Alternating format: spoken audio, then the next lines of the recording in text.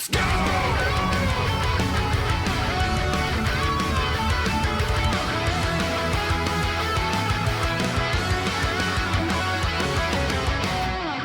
So it's happened.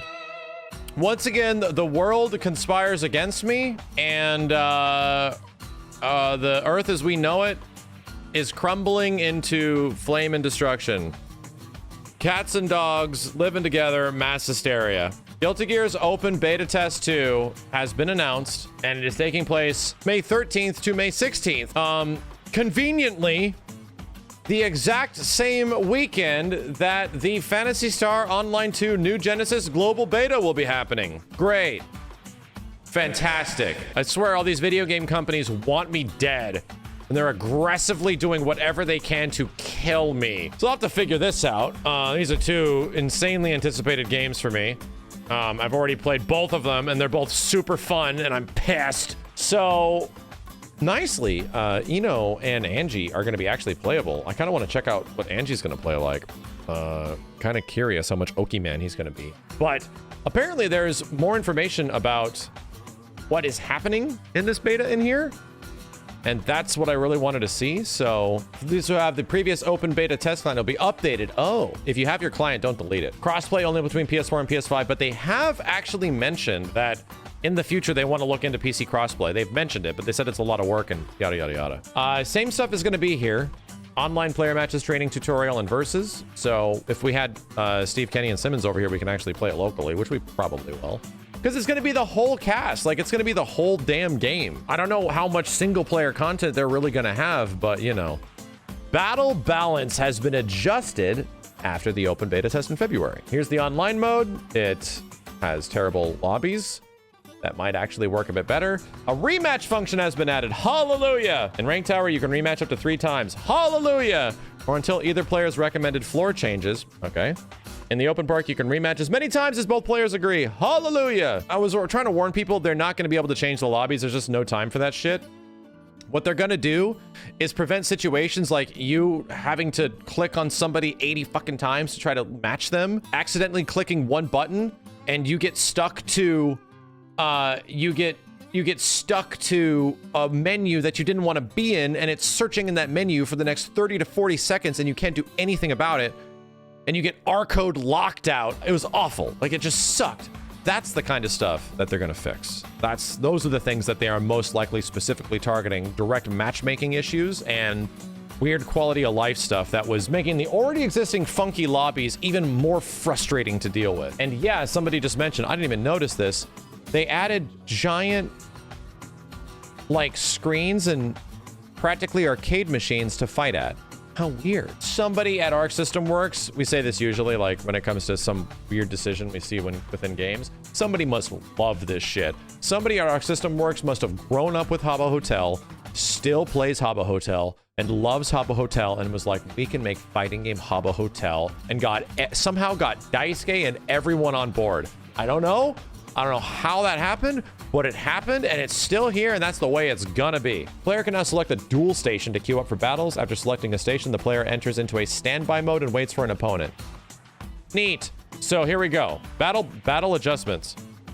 When the same move is used more than a set number of times in a combo, the opponent now falls more quickly.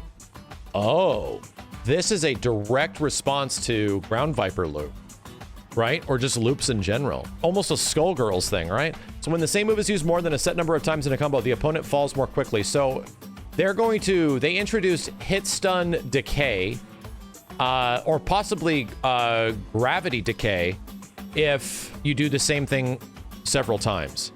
That's a good call, right? This changes everyone's BNB now. I'm already, see, the character I'm thinking of is Saul. A lot of his corner stuff was slash heavy slash bounce slash heavy slash bounce slash heavy slash bounce. That's not going to work anymore. Ground Viper loop, you're going to have to change, right? Ground Viper loop, you can't do the same few things over and over again, which is the whole gimmick of it. But it probably won't go away. It's just that it's going to progressively fall more quickly, right? Gravity's going to kick in a bit harder. It's going to decay. So that seems like that's a good response. That seems like that's actually quite a good response to this situation. But you know what? Other games like Marvel vs. Capcom 3 was like, hey, we can do hit stun decay to prevent from infinites, and that didn't work out. Aerial actions in general have been adjusted. Adjustments vary for every character, but using aerial attacks, double jumps, and air dashes now cause recovery on landing. Wow. Really? Jumps and air dashes now cover less distance. Whoa. Interesting. That I was not expecting. Characters now enter an airborne state later after a jump begins. Oh my god. Whoa. This seems intense. I mean, we don't have frame data, but this seems intense. This means if you do an attack in the air, there's going to be a notable amount of recovery on the ground, right? Like you have to be very careful based on this about your air dashes, about your double jumps, and any aerial attacks.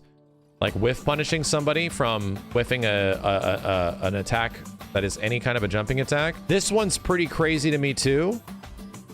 But this one's even crazier because it means that potentially chicken blocking is even harder than it was before. I can't remember how good chicken blocking was, but people jumped in the air a lot to block stuff. This most likely will turn into something that MVCI / Dragon Ball Fighters has, where you have pre-jump frames before you're able to block.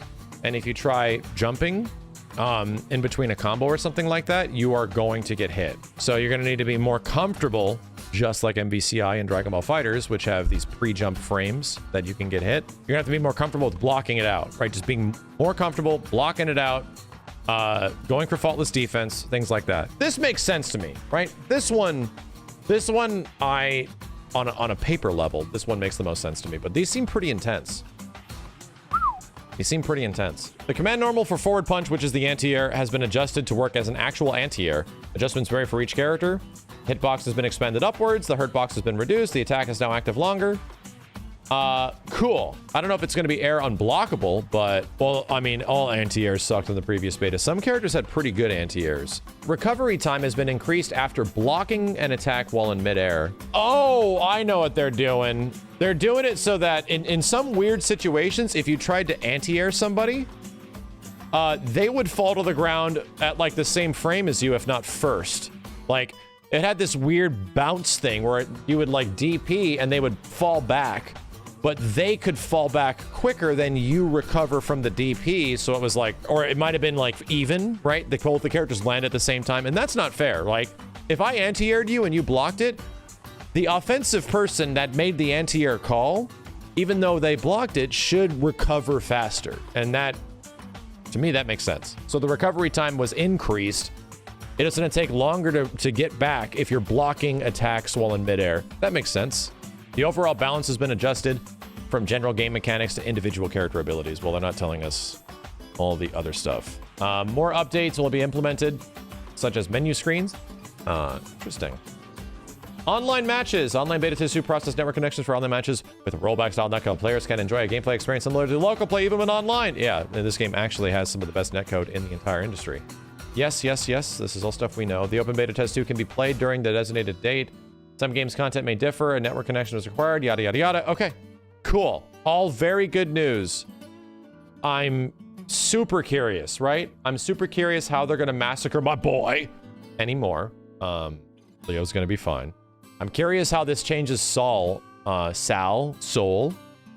the variety of ways that he works.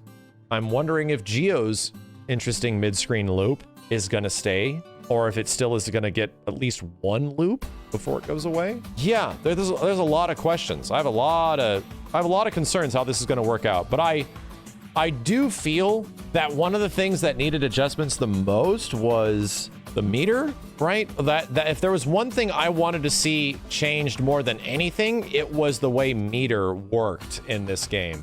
And it felt like it took way too long to acquire meter in some of these situations. So I'd be a lot happier, right? A lot happier if there was just an accumulation of meter in different ways that allowed us to do more stuff with the RC system, right? Whether or not that's a 25% option rather than the 50% option, whether or not that means you gain more meter for doing certain actions. The devs already did say that they want to do something about it, but it doesn't seem like, even from the location test, that it's very obvious what they want to do with building meter in this game. Because that was a big complaint. A lot of people complained that, hey, you know, your RC system is dope. It's possibly better than it's ever been. You can do a lot of crazy cool shit with it, defensive and offensively. However, you only get to use it so much. Really only get to do it every once in a while. Whether or not they make defensive RCs like 25%, I don't know. Like, that's the kind of stuff that I'm curious about. In fact, I think it would be better if defensive things that remained 50 and offensive stuff went down to 25. That I'm really excited for. I hope that adjustment is there when it comes to this beta, when it does happen. You gain meter a bit faster now in the February beta from the arcade footage. Interesting. Anyway, I'm excited. I think the most damaging part of this is going to me personally, because this is once again dropping in a time frame where other things I want to play are coming out. What the hell, Arc System Works? You must hate me. But also thank you for the beta.